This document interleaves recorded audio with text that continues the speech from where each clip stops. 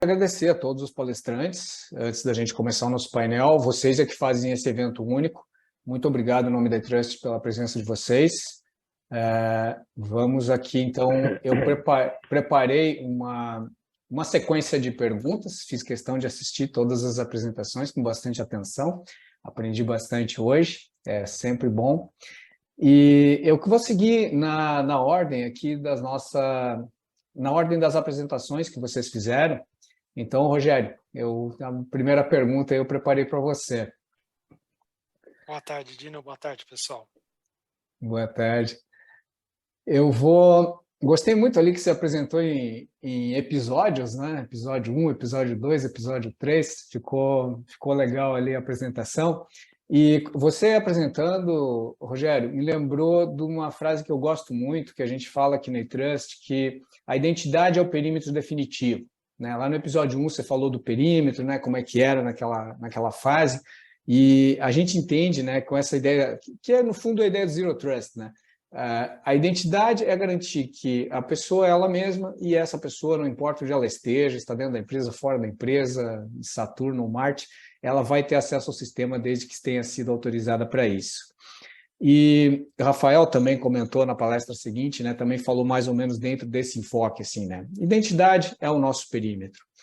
E você mencionou na apresentação alguns dados, né? E me chamou a atenção ali que você foi uma coisa que a gente olha phishing, né? Phishing pode ser algo tão comum, tão batido, tão falado, mas ainda é a porta de entrada. A gente tem que olhar isso, né? Não é porque o pneu é uma parte não importante do carro que ele não fura e se estragar a gente fica na estrada. Então, eu queria a pergunta para você é nessa linha, né? Dentro dessa ideia do que você falou da cultura de gestão de riscos, né? Habilitador de negócios, que acho extremamente importante, né? E vou permear diversas perguntas dentro dessa ideia. O que você recomenda, né? A gente tem aqui uma plateia que nos próximos 30, 90 dias pode implantar as ideias que a gente vai colocar aqui, né? O que você está fazendo e o que você recomenda dentro de todo esse contexto para evitar roubo de identidade por phishing? Bom, Dino, ótima pergunta, né? Tudo começa pelo simples, né? E o phishing acaba, como você acabou de dizer, ainda sendo uma grande porta de entrada, né? Eu acho que assim, a gente pode trabalhar em duas linhas em relação ao phishing. Eu acho que tem uma parte educacional que é importante, que é necessária com o nosso público interno. Ainda, por incrível que pareça, né, quando a gente faz aquelas simulações de phishing, as pessoas clicam nos links, às vezes pessoas que são até de área de tecnologia, por incrível que pareça, clicam lá em links maliciosos, né? Principalmente se o phishing é muito bem feito ou se traz alguma coisa ali meio da realidade do dia a dia. Então, de maneira objetiva, acho que a gente tem um trabalho com o público interno que envolve educação, envolve também ferramentas, né? O IAM pode ajudar nisso, no sentido de reduzir a superfície de acessos. O que eu tenho visto muito também é a questão do segundo fator de autenticação, né? Quando você, muitas vezes, né, quando você recebe um phishing e aí você vê ali um acesso para um sistema que não tem muita ligação com o que você está acostumado, o uso de segundo fator de autenticação, de uma certa forma você tem uma certa inibição ali do usuário em clicar naquele link, né? Mas eu acho que acaba sendo, no final das contas, Dino, uma coisa que a gente acaba, como tudo em segurança, tratando em diversas camadas, né? Então, comentei de educação, comentei da importância da gente tratar de autenticação, de identificação, e, obviamente, também a gente não pode se esquecer das outras ferramentas que dão apoio numa situação como essa. Exemplo, softwares de EDR, softwares de filtro de conteúdo. Eu me lembro numa situação aqui na VR de um usuário, meu Deus, eu cliquei aqui no link e era um phishing, era uma situação aqui que eu não me atentei e cliquei, Rogério, já foi. Só que ele acabou sendo barrado, por exemplo, pelo filtro de conteúdo. Ele foi para uma página lá que estava bloqueada na nossa ferramenta de filtro de conteúdo web, ou SWG, enfim, a tecnologia também está evoluindo. Então, em resumo, eu acho que passa necessariamente por educação, isso não tem como fugir, é batido, todos os players fazem isso, o banco faz isso, etc., mas passa também por essa questão de ferramentas, muito do que a gente falou aqui no nosso evento, né, de IAM, acho que ali a gente falou bastante sobre proteção de identidade, sobre proteção de autenticação dos usuários, e também por essas ferramentas complementares, que, puxa, passou por todas essas defesas, o usuário clicou ali, eu tenho ainda algum mecanismo para poder protegê-lo da ação indevida que ele fez. Perfeito. Obrigado. Resumindo, então, entendi, né? Você recomenda treinamento e conscientização, educação, né? Seria o nosso item 1.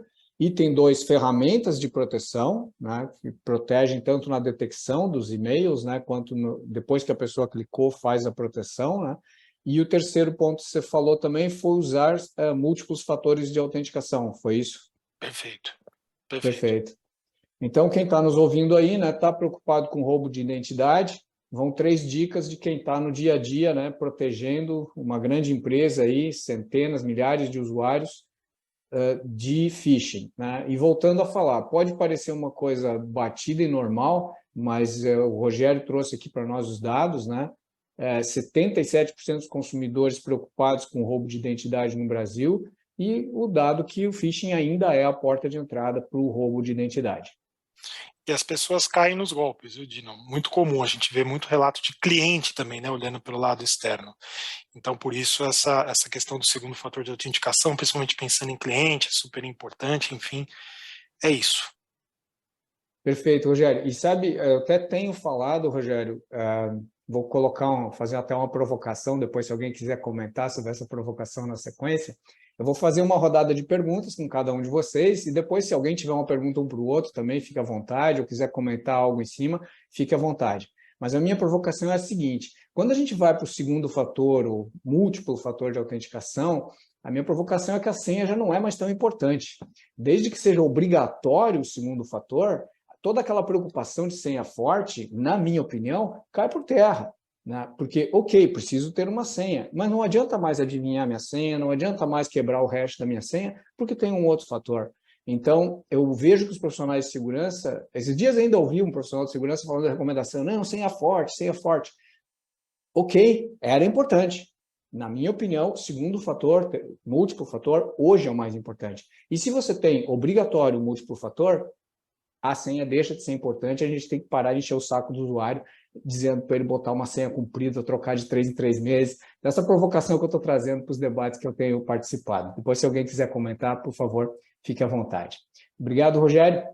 Eu vou passar uma pergunta agora para o Rafael, porque com palestras tão boas e palestrantes com tanto conhecimento, está fácil mediar esse painel aqui, né? Eu estou tentando fazer um fio condutor, são assuntos muito difíceis, muito diferentes, né?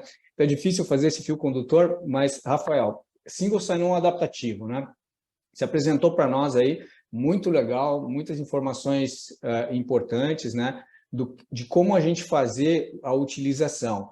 E o que a minha pergunta, ela vai no sentido seguinte, hoje em dia está todo mundo, né, com um smartphone no bolso, né, um computador com internet, e essa possibilidade de usar esse dispositivo vai tornando, na minha opinião, o passwordless muito fácil, muito viável. Né? Nós temos aqui na Itrust a solução do Mata-Senha, que o celular vira um dispositivo autenticador, que permite, então, fazer o acesso ao sistema sem utilizar senha. E eu queria que você, talvez você tenha falado, mas eu queria que vocês colocassem um pouco mais nessa ideia assim, pensando na nossa audiência, né? Nossa audiência vai voltar a sair do nosso seminário aqui e vai pensar, pô, como é que eu ponho o passwordless na minha empresa? Sei que você deu um exemplo, mas eu queria que você aprofundasse um pouco mais nisso. Assim, o que você recomenda para quem está nos ouvindo? Como é que ele começa a usar single sign-on mais passwordless ou a combinação disso que facilite a vida do usuário, libere ele dessa necessidade da senha, né? Por onde começar, Rafael?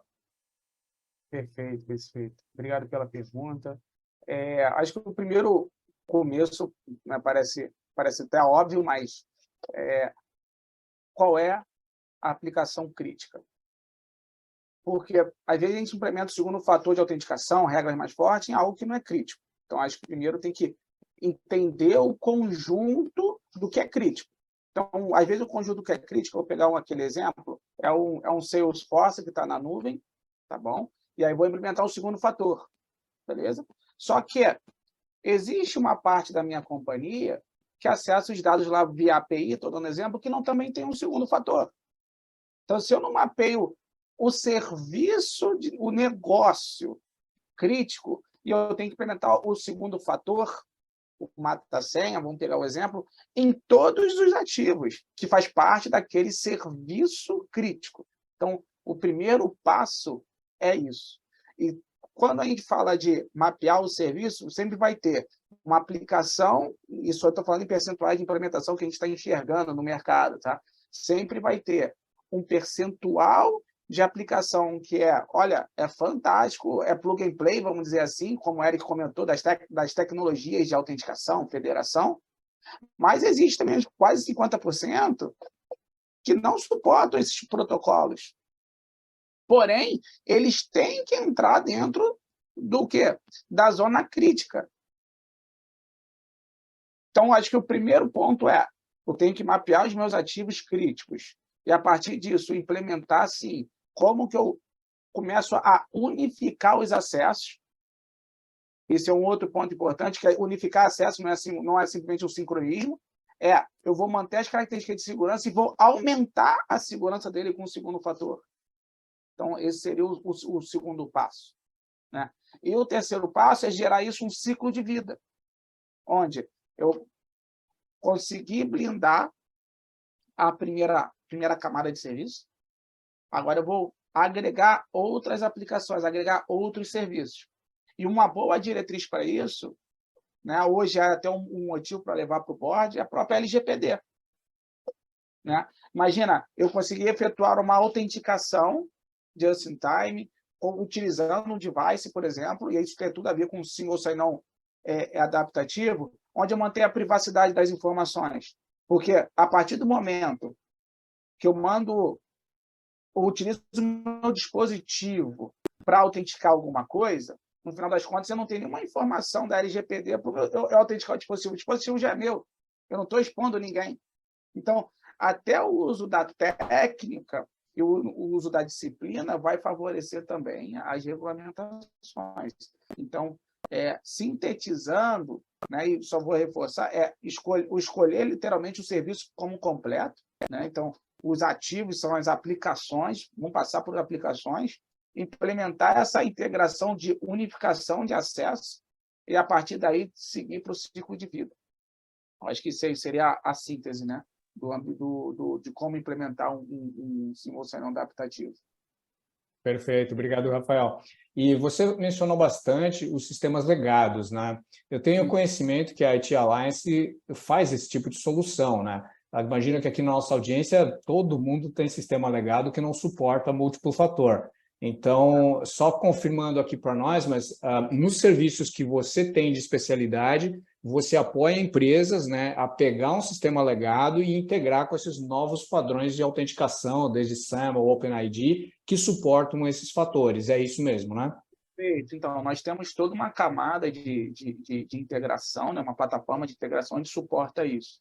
Então, hoje, por exemplo, estamos com um desafio, o Eric comentou do IoT, né? O IoT ele tem um problema de autenticação tremenda, porque necessita de certificados são pesados, então, determinados dispositivos, eles não suportam a autenticação de certificados porque eles são tão simplórios, né? Então, como a gente consegue efetuar essa autenticação e integrar, por exemplo, uma plataforma de single sign-on?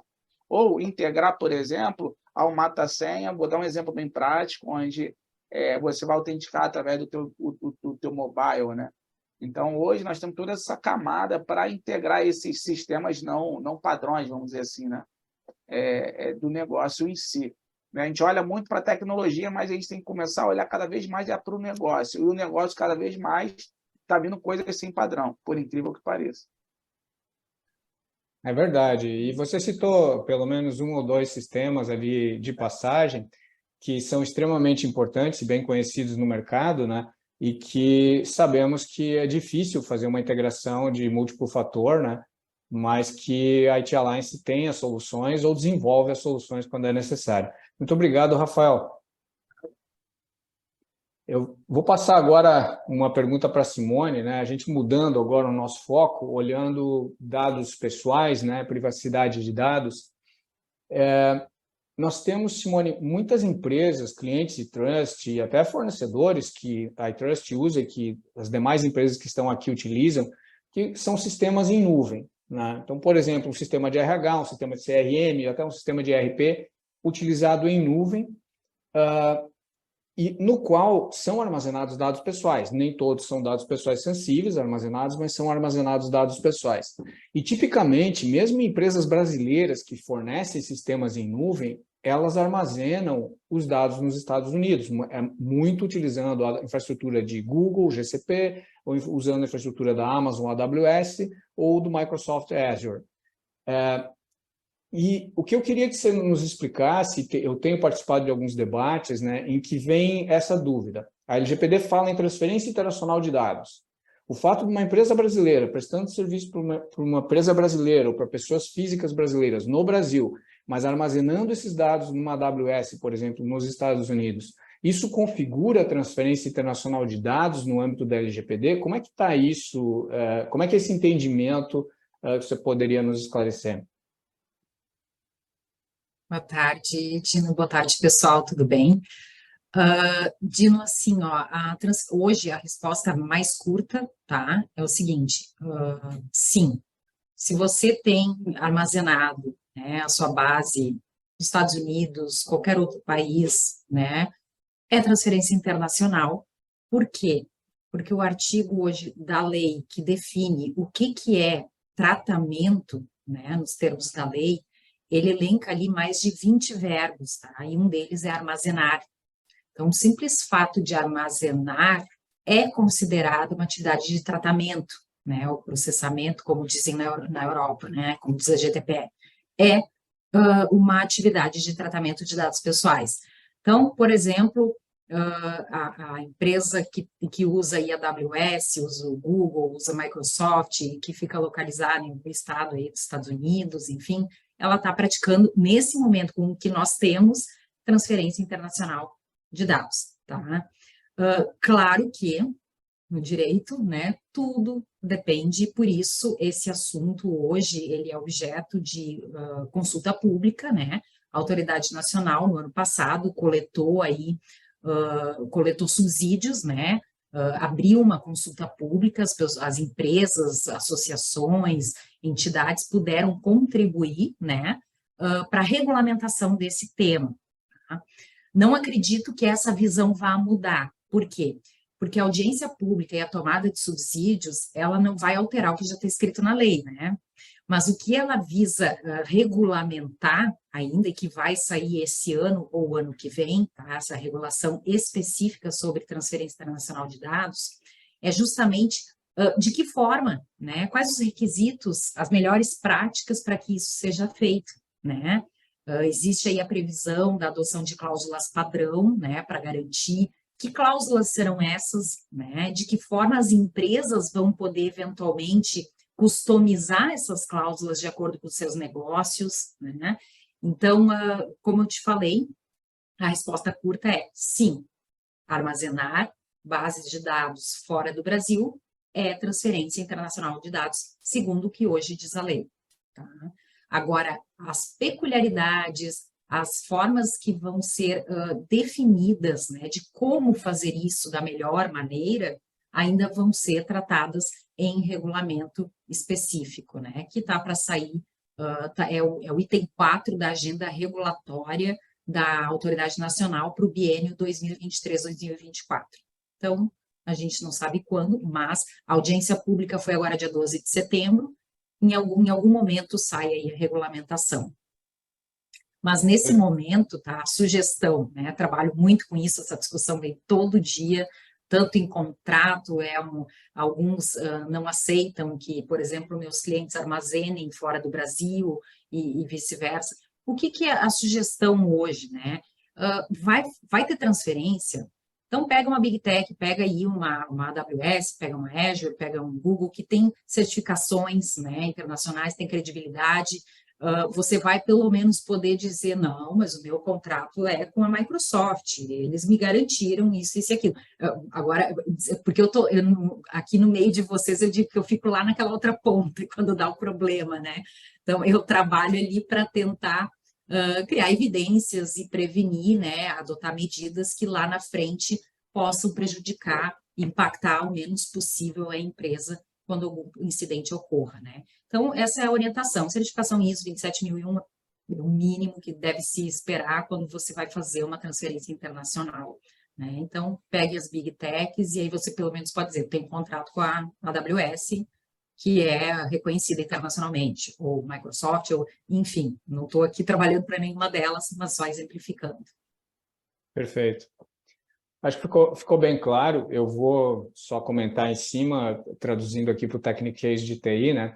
Mas então, fica claro para mim, mesmo que se tenha o controle de acesso, né, o IAM garanta que o acesso é feito somente por pessoas físicas que estão reconhecidas aqui no Brasil, mesmo que ninguém, vamos supor que eu use a Amazon, né, a AWS, mesmo que não tenha nenhum técnico da AWS nos Estados Unidos que tenha acesso a essa informação, não existe nenhum prestador de serviços fora do Brasil acessando esses dados, o simples fato dos dados estarem armazenados fora da jurisdição brasileira em uma jurisdição estrangeira caracteriza, então, transferência internacional de dados. Isso é um entendimento importante, né? Porque a transferência internacional de dados exige alguns requisitos adicionais de proteção, e eu ia perguntar, mas você já respondeu, então escolher um provedor que tenha uma certificação como ISO 27000, por exemplo, é uma recomendação para a proteção dos dados, né? Quando a gente está falando aqui, além da camada do IAM, está falando simplesmente da camada de armazenamento de dados. Tá certo. Muito obrigado, Simone. Eu vou passar agora para perguntar para o meu velho amigo Donner. Donner, prazer revê-lo. Você foi um pioneiro, né, em certificação, conheço um pouco da sua história, né? Boa tarde. Boa tarde, Dino. Tudo bem, meu amigo? Se eu falar alguma coisa errada, você me corrige, tá? Mas no século passado, consta aqui para mim que você participou numa instituição financeira de uma certificação no tempo da norma BS 7799, né? Que essa veio ser a ISO 27001 e também a 27002. É isso mesmo, né? Isso mesmo, a própria, a origem de tudo. Perfeito. E aí eu quero fazer uma pergunta, então, nessa linha, já que você é um veterano nesse assunto, né? Hoje, quando a gente lê a última versão da 27001, aí, que saiu agora em 2022, se não me engano, ela tem hoje claramente o termo gestão de identidades, né? No tempo em que você trabalhava nessa norma, eu ainda era jovem naquela época, mas você trabalhava com a BS 7799, a gente falava em controle de acesso, né? Era isso que se tinha naquela época. Hoje, gestão de identidades, os processos estão bem claramente definidos na norma, né? A gente sempre vê a ISO andando um pouquinho atrás da realidade. E o que eu pergunto para você também, pensando aí na nossa audiência, né? A norma define claramente hoje os processos. Então, desde o início do contrato de trabalho até o fim do contrato de trabalho dos funcionários, o que você diria para quem está nos assistindo hoje na parte de redução de custos, eliminação de tarefas e erros manuais? A gente sabe que o IAM é forte nisso, eu sei que você tem bastante experiência nisso. Agora, se você olhar assim, 3 principais pontos, 2 ou 3 principais pontos, que você recomendaria para quem está nos ouvindo, está pensando em colocar um IAM na empresa, e independente de tudo que você falou aqui de segurança, eu queria que com a tua experiência você olhasse redução de custo, agilidade, né, e eliminação de tarefas e erros manuais. O que você vê assim de vantagens que seria importante para quem está nos assistindo saber que o IAM vai trazer quando for implantado? Bacana a tua pergunta, Dino. Obrigado. Acho que o primeiro ponto, assim, e eu troco muita ideia, eu já trabalhei com 3 grandes fabricantes de IAM, e mais que trabalhar, assim, eu tive a oportunidade de trabalhar no projeto não é nem de implantação, né? De tu embarcar uma tecnologia que permeia toda a corporação. A maior, digamos assim, foi 20 mil usuários. Hoje eu tenho colaboradores 4.200, mas daí mais terceiros e serviços eu passo de 10 mil. mas enfim, eu já trabalhei com sabores diferentes de plataformas de gestão de identidades, e quando pessoas pedem para mim, até por intermédio da própria, de você, de outros amigos, enfim, pedem para trocar ideias comigo sobre essas plataformas, assim, eu digo que o primeiro passo é pensar em integração com folha de pagamento. Que geralmente as pessoas não sabem como começar. Cara, integra isso com a tua folha de pagamento. Porque daí uma das dores principais, assim, todos os lugares que até hoje, onde eu posicionei minha carreira, que me convidaram para isso, sempre tinham algumas dores, né? Nunca me convidaram para fazer coisa fácil, né? Nenhum de nós aqui que trabalha com segurança, com privacidade, nunca foi convidado para festa boa, sempre para resolver problema. Então, sempre, algumas das dores sempre estão relacionadas ao onboarding das pessoas dentro das organizações. Aí, minha empresa tem 100 pessoas. Cara, já é um problema. Se tem 1.000 pessoas, é um problemão. Se tem 50 pessoas, também é um problema. Se tem 10.000 pessoas, 20.000 pessoas, é um problema a pessoa chegar na empresa e não ter os recursos para trabalhar. E hoje em dia, embora isso ainda aconteça, as áreas de tecnologia, as áreas de segurança, as áreas de gestão de pessoas têm vergonha. E é vergonhoso, né? Hoje a gente manda um welcome kit, né? Para quando a pessoa entra na empresa, é um kit lindo com uma garrafa térmica, uma mochila, uma agenda, mas não ganha acesso ao smartphone, não ganha acesso ao sistema, não ganha acesso ao ERP que ela precisa para trabalhar na área X. Então, o primeiro passo, assim, que eu digo, não sabe por onde começar, integra com o teu serviço de folha de pagamentos, porque não é o mais complexo. A maioria dos provedores de gestão de identidade, os bons, né, os que sabem fazer a lição de casa, eles têm conectores prontos para os grandes fabricantes, e ninguém foge muito daquilo que existe hoje em relação à folha de pagamento. Não vou fazer propaganda para eles aqui, mas ou é o que começa com S, ou o que começa com A, ou enfim, e por aí vai. Então, esse é um grande passo, porque a economia já é latente, assim, de início. Porque ninguém entra numa empresa precisando acessar a rede, ter uma conta de e-mail e acesso a, sei lá, a colaboração, a Microsoft Teams, a Google, sei lá o que. Não, precisa muito mais do que isso. Então, para alguns desses sistemas eu não tenho conectores nativos, mas para a grande maioria tem. Ou então escolhe um parceiro de AM que consiga te entregar isso rápido. Então, passo 1, integra com folha de pagamento. Já vai tirar uma dor gigante, que é da pessoa chegar no seu primeiro dia de trabalho, receber o copo térmico, a mochila e também os seus sistemas para começar a trabalhar. E isso já é economia de ganho, de economia em escala violenta, economia em imagem também, né? Porque hoje a gente tem toda uma preocupação no onboarding bacana para a pessoa já se sentir acolhida. Retenção de talentos é uma preocupação de qualquer um que trabalhe com tecnologia, que somos todos nós aqui, independente de ser da área da área de legal, da área de tecnologia propriamente dita, da área de finance, como eu, todos nós estamos envolvidos com tecnologia. Então, esse eu acho que é um grande ponto. E os outros grandes pontos dizem respeito a tu atender, foi um pouco do que eu falei ali na minha apresentação, não é tu atender regulação. Para mim, isso é muito... É muito particular, porque eu trabalho no mercado financeiro desde que eu te conheço, Dino, né? Não antes até. Antes da BS 7799 ali. Então, eu trabalho no mercado financeiro há 23 anos. Mas é muito particular, assim, eu falar que tem regulação. A LGPD é recente, mas a Lei de Sigilo Bancário... A Simone pode me corrigir aí, mas pelo que eu me lembro, ela é de 2001. Eu até falei na minha apresentação. Ela é complementar lá... não me lembro o nome, mas enfim, ela é uma lei mais antiga que a lei LGPD, então a gente já tinha essa necessidade. Só que a necessidade de proteger, né, teu ambiente, de controlar o ciclo de vida de usuários, ele não é nenhuma lei. A lei é importante, ela nos fortalece, ela nos trouxe um arcabouço legal que a gente tem que se orgulhar de poucas coisas. A gente às vezes fala muito mal de muita coisa no Brasil, mas de algumas coisas a gente precisa se orgulhar. E uma das que eu me orgulho muito, que para mim está no meu íntimo profissional, é a regulação do Sistema Financeiro Nacional. É muito sólido, é muito robusto. O SPB, que a gente tratou desde lá do início no Sicredi, Core Bancário, não sei o que, já era tudo muito robusto. Então, o SPB é exemplo para modelos de pagamentos brasileiros da Europa, americanos, O norte-americano está passando em maquininha de manual de cartão até hoje. Pô, a gente tem Pix. Então, é de se orgulhar. Mas, enfim, se tu não tiver um ciclo de gestão de acessos, se tu não pensar em economia de escala na pessoa entrando na empresa, se não pensar se falou ali em autenticação, segundo fator de autorização para transação, para acesso a sistemas.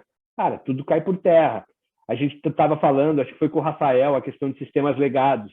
Ah, mas sistemas legados não comportam o segundo fator de autenticação muitas vezes. Meus amigos, sistemas legados de banco, de indústria, de varejo, não comporta nem o primeiro fator de autenticação, às vezes, que é uma senha complexa.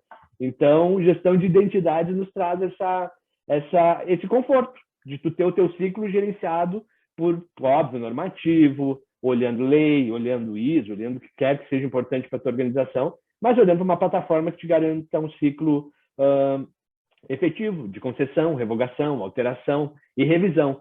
Por incrível que pareça, hoje o que eu mais sou auditado nos últimos anos é revisão. O Joãozinho, que estava na minha área e foi para a área de desenvolvimento de sistemas e quem recebeu ele não revisou, e eu, quando transferi ele para a área, não revisei. Então, a plataforma te dá economia de escala nisso, em vez de tu ficar tendo que fazer revisões manuais, de ter que ficar olhando pessoas entrando na empresa e não tendo acesso para trabalhar, só isso já vale muito. Legal, muito obrigado, Donner. Fica a dica aí para quem está nos ouvindo, então, aquele Welcome Kit todo bonitinho, né? Tem que ser acompanhado dos acessos, né? Para que depois o funcionário não entre no Twitter lá e coloque, pô, tô há 2 dias aqui sentado olhando meu kit e não consigo trabalhar ainda, né? Exatamente. Está carregando a mochila de um monte de coisa, menos de conhecimento de trabalho para quem paga o salário dele. Legal, muito bom, Donner. E você deu o gancho aí no final, né, falando que você está sendo auditado mais por revisão de acesso. Você deu o gancho perfeito para a gente falar com o Maicon agora, né, que falou exatamente sobre isso. E aí, Maicon, gostei muito da sua apresentação e eu tenho uma dúvida, assim, que eu queria que você trouxesse um pouco de dados para nós, claro, sem entrar em confidencialidade, né, dos clientes, mas um dado, assim, consolidado, né, do que você observa no mercado. O Donner já está aqui dizendo que, né, ele já atingiu um patamar de maturidade tão bom que ele só se preocupa agora com revisão, né? O resto está tudo resolvido. Mas não é bem assim, mas tudo bem. Como é que está o resto do mercado, Marcon? Você que está aí numa posição que enxerga, né, as empresas, está ajudando as empresas a resolver esse problema. Quanto por cento das empresas aí tem um processo de revisão que esteja adequado ao risco de negócio, né? Porque esse é o seu modelo. Não tem bom e ruim, né? Tem adequado ao risco do negócio. Quantas estão com o processo adequado e quanto por cento ainda precisa melhorar? E na sequência, desses que precisam melhorar, quais são os 3 principais pontos aí para quem está nos assistindo, né? O que você deixa de recomendação de quem ainda acha que precisa melhorar sua revisão de acessos? O que você recomenda para quem está nos ouvindo? Obrigado, Dino. Uma boa pergunta. Pela nossa experiência, né, em lidar com diferentes clientes de tamanhos também diferentes e complexidade, seja da indústria financeira ou até mesmo de outras indústrias, de fato, hoje há um nível ainda muito baixo, e aí eu falando um pouquinho até com viés de trabalho que nós fazemos na Grant Thornton, né, de avaliações de controles, em segurança da informação, com base em frameworks de mercado, há um desafio muito grande em relação ao aspecto de revisar os acessos. Às vezes, a empresa possui ali um processo sólido já estabelecido, de conceder, alterar ou revogar, mas peca, de alguma forma, em estabelecer esse controle ali de revisão de acesso de uma forma efetiva. Eu diria que, em termos percentuais, assim, obviamente, sem um dado através de uma pesquisa sólida trazer para você, mas pela nossa experiência, hoje a gente está falando no intervalo ali de 20% a 30%, né, das empresas, quando a gente faz algum tipo de avaliação nesse sentido, não haveria alguma melhoria, né, em relação ao aspecto relacionado à revisão de acesso. E o que é importante destacar, né, ainda há uma cultura na organização de que a responsabilidade da revisão é da área de segurança da informação, apenas ela, né? Obviamente que a área de segurança ela acaba sendo uma patrocinadora, digamos, né, desse processo, precisa ficar com o owner, mas é uma necessidade que é um projeto que envolve a empresa como um todo, né? e a responsabilidade ali de determinar os acessos, sendo eles ou não apropriados, não é da equipe de segurança e informação, né? Então, isso acaba sendo um desafio muito grande, a depender da cultura da empresa, né? E às vezes até do próprio gestor de subestimar, né, aquilo que ele está ali revisando, está tomando de decisão. Então, como principais recomendações, envolve primeiro uma conscientização forte junto aos gestores ali responsáveis, para que eles possam ter uma consciência, né, da importância de fazer uma revisão apropriada, né, dos acessos, o impacto que aquilo ali ocasiona em caso de liberar um acesso sem nem saber o que as pessoas ali da sua área têm, né, de acesso. Um outro fator importante que a gente também tem notado, Dino, parece que é simples, mas realmente acontece com muita frequência, que às vezes a gente olha muito para as revisões de acesso das áreas de negócio, mas olhando para os acessos privilegiados, sistêmico, acessos que tem ali, que no final do dia um hacker ele vai olhar essas credenciais privilegiadas, muitas das vezes não são revisados no nível de seriedade e senioridade que é compatível com a exposição e a vulnerabilidade que ele poderia ocorrer, né? Então, essa seria uma segunda recomendação. E a terceira é que, assim, todas as empresas estão sujeitas a conflitos de segregação de funções, né? Mas é importante que, primeiro, seja mapeado e que, segundo, não havendo a possibilidade de segregar todos os papéis por questões de estrutura enxuta, né, para separação ou qualquer outra razão, mas que é importante que as empresas consigam, né, desenhar controles alternativos para mitigar os riscos, né? São os famosos controles compensatórios de detecção, de forma que seja possível detectar e corrigir em tempo hábil em caso de um eventual risco de acesso não autorizado. Então, de uma forma sumarizada, essas seriam minhas três principais recomendações para as empresas. Perfeito, muito obrigado, Michael. Eu acho que você tocou num ponto agora extremamente importante, né? Que é o calcanhar de Aquiles, né, da operação e da segurança de TI, que são os acessos privilegiados, os acessos administrativos, né? Muitas vezes, como você comentou, tem um processo muito bem organizado, auditado, passando lá com estrelinha na auditoria, de acesso, revisão de acessos das áreas de negócio. E quem revisa o root do Unix, quem revisa o DBA do banco, né? Como é que ficam esses acessos? Na sua experiência, as empresas já estão fazendo revisão de acesso de TI nesse nível? Como é que está isso também? Olha, Dino, de uma forma geral, empresas que estão reguladas, a SOX, né, empresas que possuem alguma exigência regulatória, se preocupa com isso, mas quando nós olhamos ali na prática, sempre há alguma melhoria, alguma recomendação que poderia ali ser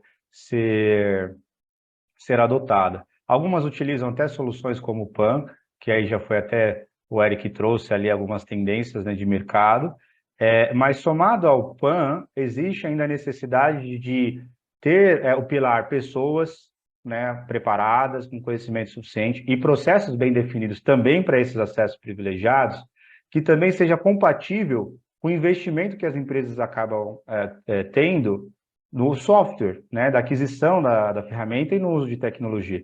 Então, se os três pilares não andarem de uma forma compatível, sempre haverá oportunidades ali de melhoria e, às vezes, até vulnerabilidades que, às vezes, né, cedo ou tarde, pode culminar numa violação muito significativa para as empresas. Legal. E para quem está nos ouvindo aqui, né, talvez o termo PAN não encaixe 100%, é o cofre de senhas, né, o popular cofre Exato. de senhas, né? Você entende, então, que cofre de senhas / PAN é uma necessidade hoje para as empresas cuidarem desses acessos administrativos? Sim, sem dúvidas. Acho que é um elemento importante, não apenas isso, né? Então, apenas só a aquisição do software, de fato, não seria suficiente para alcançar os objetivos das organizações no âmbito de segurança, mas além da aquisição do cofre de senha, ou PAN, enfim, tendo também a importância de ter processos e pessoas aí capacitadas e treinadas, né, e conscientizadas em relação ao monitoramento desses acessos críticos. Muito bom. Obrigado, Michael. E nós temos já uma série de perguntas que veio pelo YouTube também. Eu vou abrir para a Alessandra depois fazer as perguntas, mas antes eu vou fazer, então, na sequência aqui a última para o Eric. Eric, você hoje, então, né, no IAM Summit 2023, você é o nosso visionário, né? Você que veio trazer aí as tendências, o que é que vai acontecer para o futuro. E aí a pergunta mais difícil, acho que ficou para você, né? Mas eu me esforcei aqui para montar uma pergunta. Se ela ficou muito convoluta aí, depois você responde outra coisa e vamos para outra pergunta. Mas é o seguinte, você falou, trouxe inteligência artificial, né, que é uma palavra da moda aí, com esses modelos GPTs agora de inteligência artificial, isso está bombando, muita coisa nova acontecendo, tem uma revolução aí ocorrendo com esses modelos de inteligência artificial do tipo GPT. Do ponto de vista de modelagem, né, um GPT, ele no fundo é uma base de dados estatística, né? A gente faz uma consulta numa base de dados normal e pergunta qual o saldo da conta do fulano, vem um número. No modelo GPT você pergunta, né, quem fez tal coisa, ele vai lá e estatisticamente vai determinando a próxima palavra e vai encontrando então a resposta para aquela informação baseado no modelo da rede neural. Nós vimos alguns casos já, tem o caso de um cidadão australiano que ficou famoso, né, que aí falando de dados pessoais e controle de acesso, esse é o contexto da minha pergunta. O chat GPT dizia que ele era um criminoso que tinha cometido fraudes financeiras. E, na verdade, o cara era um investigador de fraudes financeiras, mas o nome dele aparecia no relatório junto com as pessoas que tinham sido condenadas, né? Ele buscou depois uma correção e depois de um certo tempo lá o chat GPT corrigiu o nome dele. Mas nesses exercícios aí de futurologia que você fez com inteligência artificial, nesses modelos, você acha que vai haver uma integração desses dados que estão nesses modelos de inteligência artificial com um sistema de autorização de acesso a dados normal? Vai ter alguma integração com o IAM? Ou que outra forma você imagina que esses sistemas de inteligência artificial vão se integrar com o IAM ou ser usados também por sistemas de IAM para fazer melhor o seu serviço?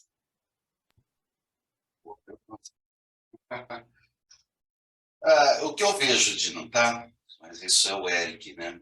Eu acho que é muito simplista a gente... Existem as discussões aí, inteligência artificial substitui o ser humano e assim por diante, embora a gente sabe que em algumas frentes isso acontece, mas a gente está falando de um processo extremamente crítico, né? Quando você autoriza, você dá o acesso aí a uma pessoa, a um determinado sistema crítico, dados sensíveis e assim por diante, você não pode simplesmente deixar a critério da inteligência artificial. O que eu vejo a inteligência artificial funcionando por hora é, por exemplo, pega a situação do role mining. É muito complicado você chegar no negócio e falar assim, me diz quais são o que você precisa, quais são as autorizações. O Michael trouxe um ponto importante. Normalmente nas empresas é assim, me dá o perfil do cara lá, né? Por quê? Justamente porque tem essa dificuldade de se saber o que entregar. Nunca foi feito. A gestão de acesso ela começou a funcionar, começou a ser validada ali em cima da autenticação, a autorização entrou por paralelo, mas ninguém gerenciou aquilo, não teve uma governança em cima daquilo. Então, como é que você traz para a sua mesa, né? Como é que você traz ali para o seu arcabouço quais são os acessos, quais são os perfis, por assim dizer, onde esse perfil gruda nessa role. Então, nisso eu entendo, nessa investigação, nessa mineração, por assim dizer, eu entendo que a inteligência artificial tem muito a contribuir. Óbvio que depois disso, estabelecido, isso tem que passar por um crivo de um especialista, da pessoa, do dono da área, assim por diante.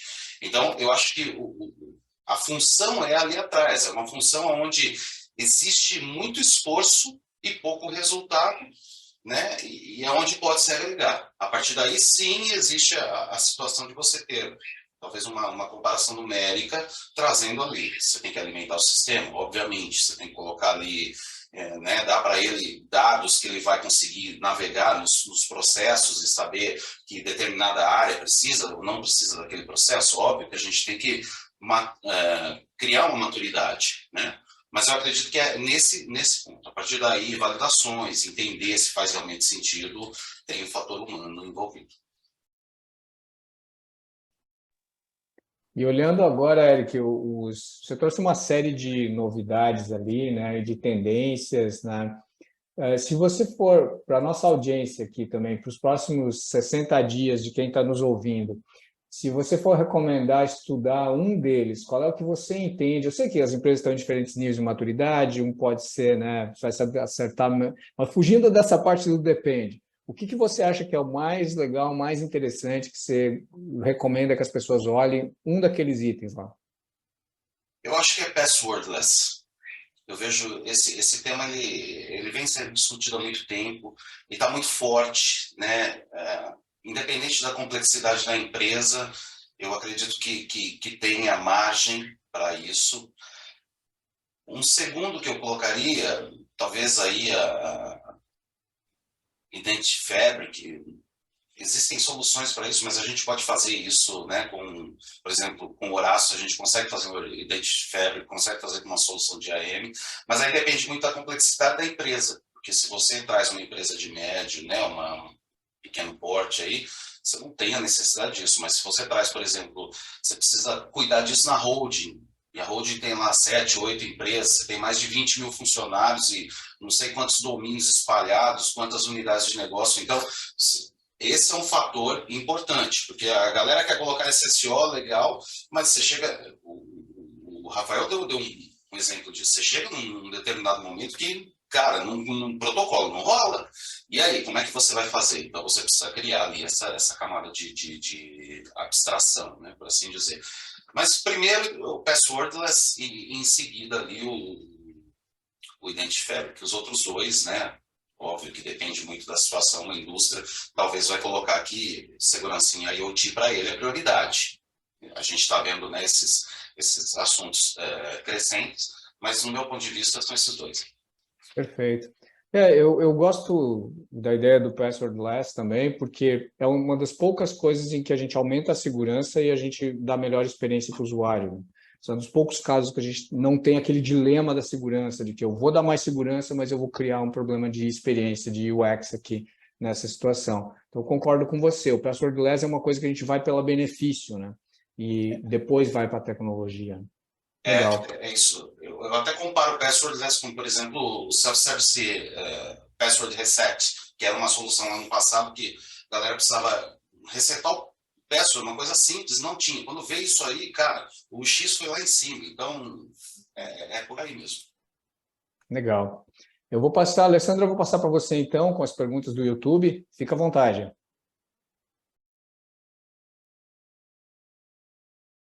Oi, Dino, obrigada. Bom, aproveitando que o Eric já estava falando, vou chamar ele. Eric, a Carla Costas comentou aqui no YouTube. Eric, você recomenda algum site ou página para acompanhar os assuntos mais relevantes de IAM?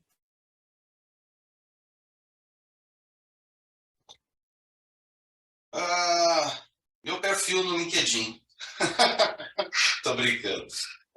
Eu acho assim, IAM é um assunto que ele é bem... Não tem um site específico, né? Embora a gente tenha, por exemplo, a gente traz aí, vamos falar do FIDO, tem a FIDO Alliance agora, o site deles, mas a priori, gente, é pesquisa mesmo. Depois eu posso até, agora de cabeça, não tenho um específico, eu sou muito fuceiro, sou de navegar mesmo, né?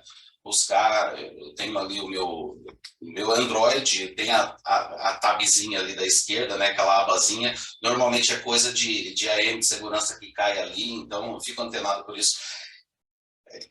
Não consigo te responder essa pergunta com demanda pesquisa mesmo, até porque se a gente pegar, por exemplo, Brasil, IAM é um assunto que está extremamente, eu vejo ainda muito negligenciado. Lá para fora, alguns países tendem a trazer mais notícia, mas não tem muito, não. Então, acho que é mais pesquisa mesmo. Mas conecta lá no meu link, eu costumo passar alguns pontos, né? E depois pode me perguntar também no LinkedIn, né? Eu abro, tento pegar aqui alguns principais e mando. Uma pergunta, o Mauro Almeida perguntou: gostaria de deixar uma questão. sobre por onde iniciar, por IAM ou por PAN. Aí fica à vontade quem quiser responder.